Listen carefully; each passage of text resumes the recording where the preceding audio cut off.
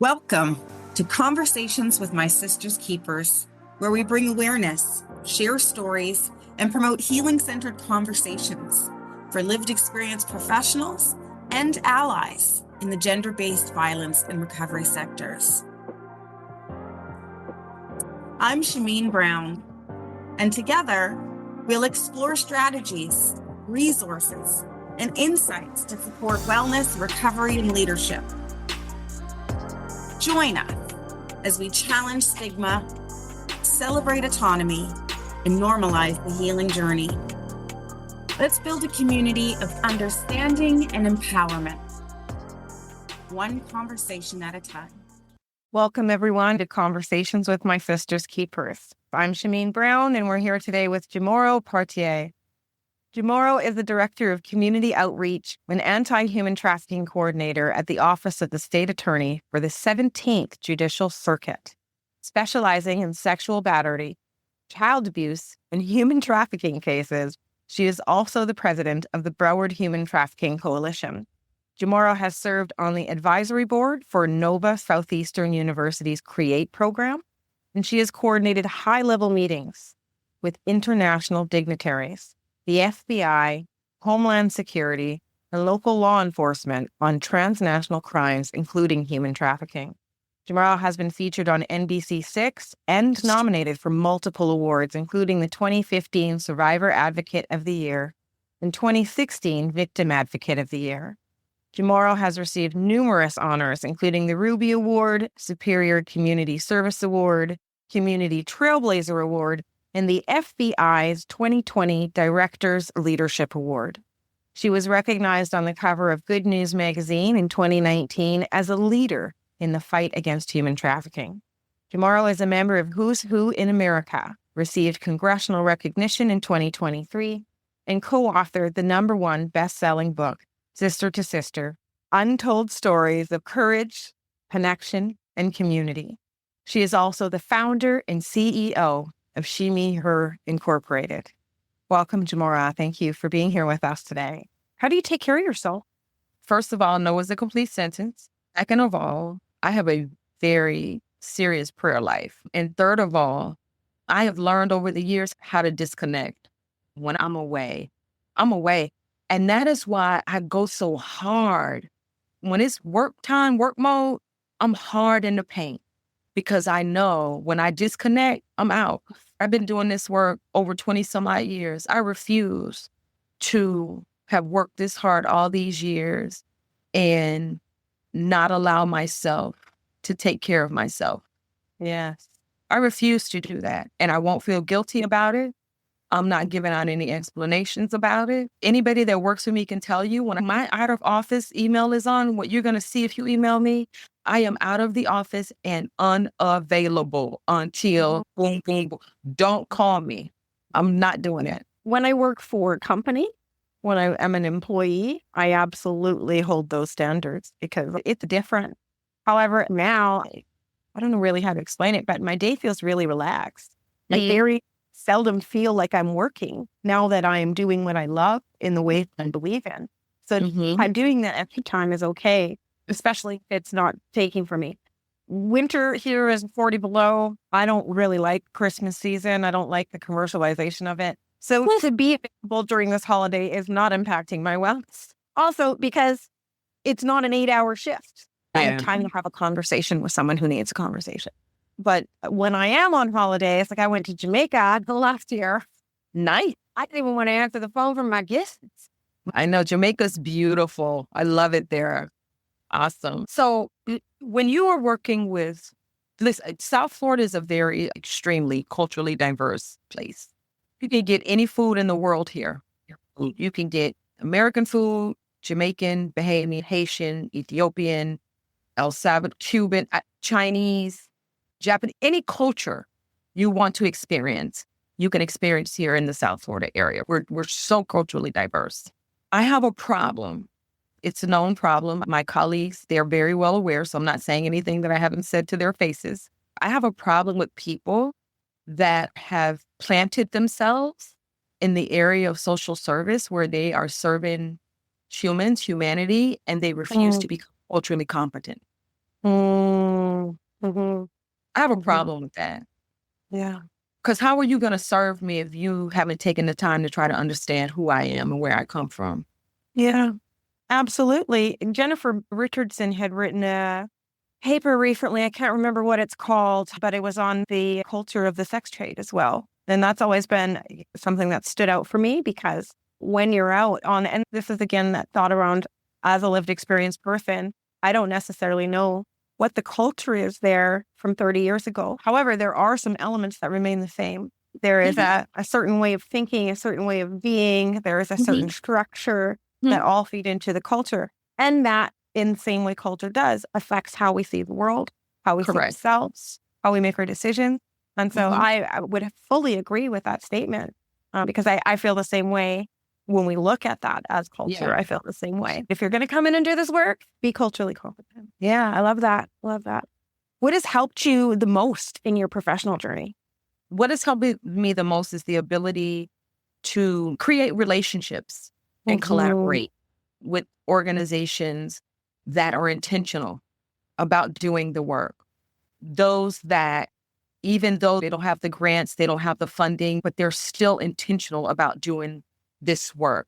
So I love the mom and pop organizations. We call them mom and pop here. Those that are not getting the big federal dollars, the big DOJ, the VOCA, the VAWA, the big donor monies, but they're still out here, boots on the ground. I had a young lady that I work with, and we were doing a podcast, and she was talking about the struggles and everything. And my question to her was, what can we that are out here with boots on the ground, what can we do better to serve survivors? And she looked at me and she was like, Jumorrow, she says, it's not about boots on the ground. She says it's about whose feet are in the boots. Yeah. Ever since she said that to me years ago, I've walked with that. That has stuck with me. It's not just showing up, because there's tons of people that are showing up. They show up and they leave, but it's about the people that show up and stay. I think that would be it for me, being able to collaborate and create relationships with those organizations that are intentional.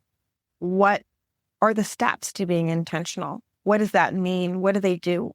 How does that look? What it looks like is not doing business before you do service. So they're not focused on the fact that we don't have the funds to do this, we don't have the funds to do that. They're doing the work in spite of, not because of. Right? So in spite of the lack of resources, in spite of what they don't have, in spite of what their need, they're still serving. They're still serving, and they're serving with dignity, and they're serving with intentionality, and they're genuine about their services, and they're not expecting anything in return. So that's what I mean by the fact that I love working with these mom and pop organizations that are out here being intentional about their services. Because it's not about Jumorrow. There's a waiting list over here for this program, and they got like a $600,000 grant from DOJ, but their waiting list is yay long or whatever. And then you have a mom and pop organization over here that is selling dinners and T-shirts and trinkets and stuff, trying to keep their doors open. And you call them and they're like, okay, bring them on over, right? Hosanna for Youth is one of them. What advice would you give to organizations that work with survivor leaders? So lived experience, professional, lived experience folks in leadership. What advice would you give to those organizations? Please make sure your organization is prepared to service those that you've hired to service. Because if you're a survivor leader, I'm assuming you're a person with a lived experience. So if I'm coming to your organization and you understand that I have the lived experience, but I've done my work, first of all, make sure they've done their work. Don't do a disservice by just putting a body in a position. And then also make sure that you have provisions in place for them when they tap out. I was hoping that you were going to get into that, because you can't have one without the other. So make sure they've done their work. What is the work? Is the work trauma work? Is the work sexual exploitation work? Is the work financial management? Is it parenting? Is it healing from the past? There's so many layers to the work. So making sure that they're doing it is good, but expecting it to be done is ridiculous, which is where number 2 comes in. Make sure there are supports. And then stop using survivors as showpieces for your events. They're not shiny little trinkets for your conferences and your panelists. Their pain is not your prize. Somebody, one of the other lived experience folks that I talked to, she works with youth, and she said she teaches the youth from young not to sell their trauma. It's not necessary for you to share your story in order to share your expertise. There is a difference, however, I believe, in how my expertise is received depending on the setting. Now, when I'm at a conference and I talk about sexually exploited folks as a therapist, it's very different how they receive that information than when I'm up there talking about working with sexually exploited folks as a lived experience therapist. Even in terms of dialogue and conversation, people are much less likely to say what they think when they know that I'm lived experience. And that's a barrier that I'm wanting to break down. So now I go in the room and I say, yes, I'm lived experience. I'm not sensitive. I've been doing this work for a long time. I'm not going to cry. I need you to be honest because this is how we grow. Let's have this conversation. I just need to continue to do my part to make sure that I'm being responsible in this space. Yeah. What advice would you give to survivor leaders that are new and old? Don't be afraid to let them know that you're not okay. And I would add to that, choose wisely. Because we do have biased leaders and not everybody is a person to turn to. And so really being able to gather enough wisdom or leaning on lived experience peers that can tell you who's safe, I think is an important thing. Yeah. Absolutely. I love that. Is there a message of encouragement or guidance that you want to leave for the survivors who are still fairly early in their recovery journey and they're exiting? In the mentoring process, the first thing that I do, anybody that I am mentoring, is I tell them straight off the bat, I am not promising you anything. Don't look for me for promises because I'm not in the position to make promises to you. The only thing I can tell you right now is that I'm going to do everything within my power to help you if you are in a space where you want to receive help. If you're not in a space where you want to receive help, that's okay. No judgment. That's okay. Yeah. Because if I try to help you and you're not in a space to receive help, that's just going to create conflict. I say this all the time. It happened to you. Yeah, it did. And it sucks. It really sucks. But just because it happened to you doesn't mean that's who you are. So many times we will rename ourselves, our trauma, and we will start to answer to that.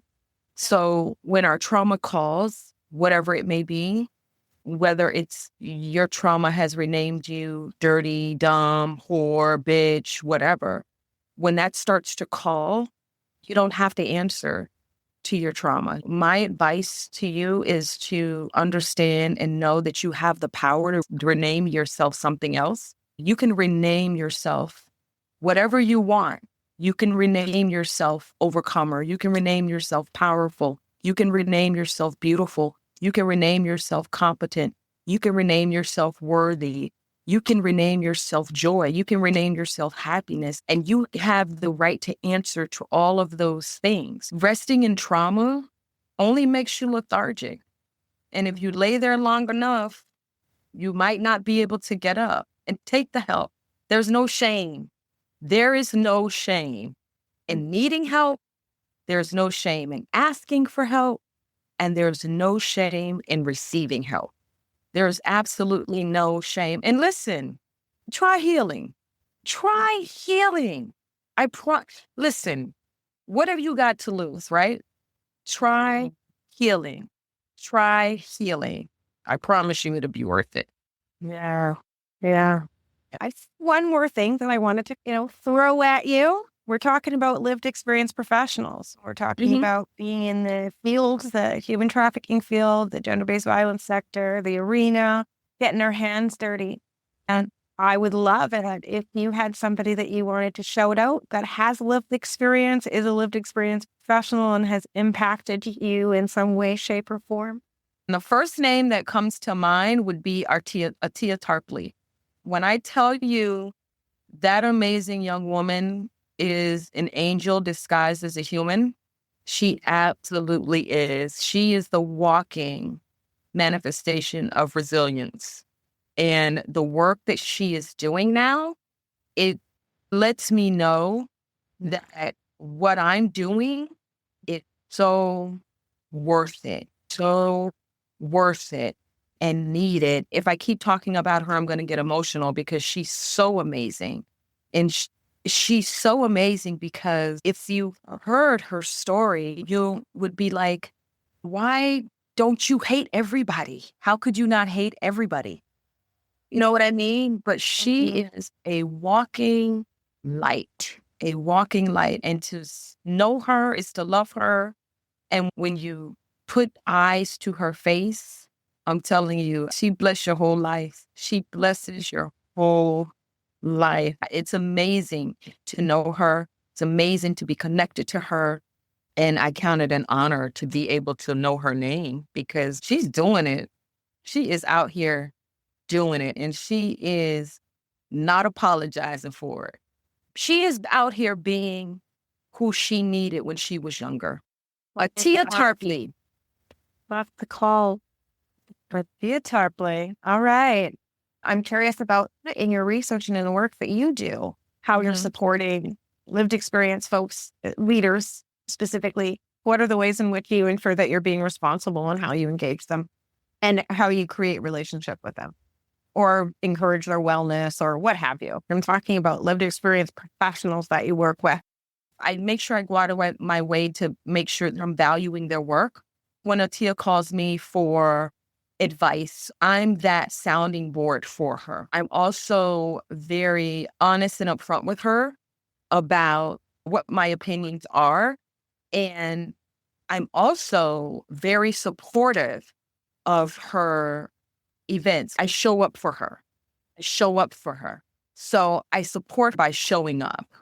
I support her work by showing up. And I also support her work by supporting her with other organizations, promoting her work. And with my organization, with BHTC, we request her input on how we can serve our community better. It's simple things like language. Listen, what should we be saying? How should we be communicating certain things within the community? You know what I'm saying? And just bringing her to the table and allowing her to share her voice as it relates to how this message is being put out. So basically saying we're out here spreading a message about HT awareness and education. And what should that look like? What should that sound like? And then compensating for that.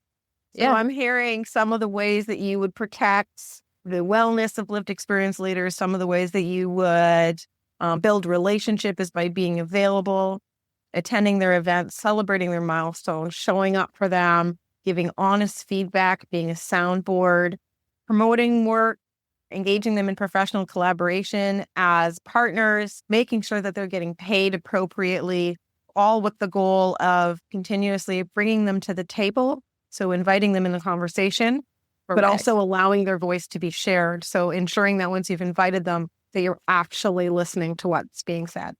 I love that. I think those are all really amazing, powerful things that people and organizations can do with and for survivor leaders. It shows up in my research. I don't think there's anything there that you said that doesn't show up in my research. So doing it. I'm trying, girl.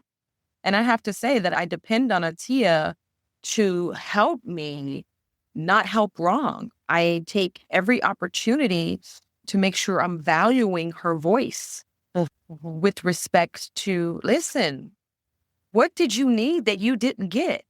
What was the lack? What was the gap? What is it? What needs to be done out here? And not just asking to be asking, but asking and listening so we can implement.